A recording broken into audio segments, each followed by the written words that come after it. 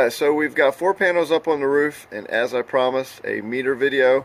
And as you see, my meter is going backwards. That's with the TV on, the light in the office is on, still have the desktop, my editor on, laptop, so alarm system, a couple of the camera systems are still up and going.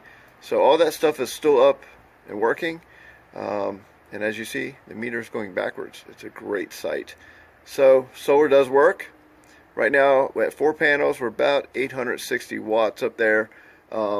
This setup with the microinverters is pretty much going to handle 17 panels on the system.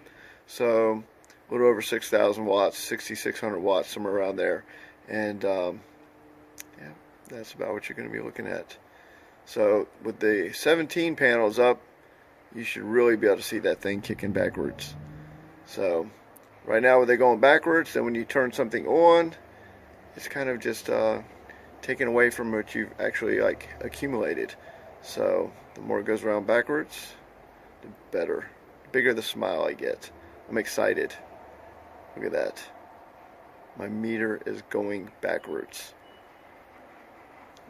How amazing is that? So anyways, we're going to keep adding on more inverters. This setup right now, we were just originally going with the 5 just to kind of do the videos, and we ran into the issue with the transition from the regular rails to a unit strut setup, so like a factory style compared to a DIY style.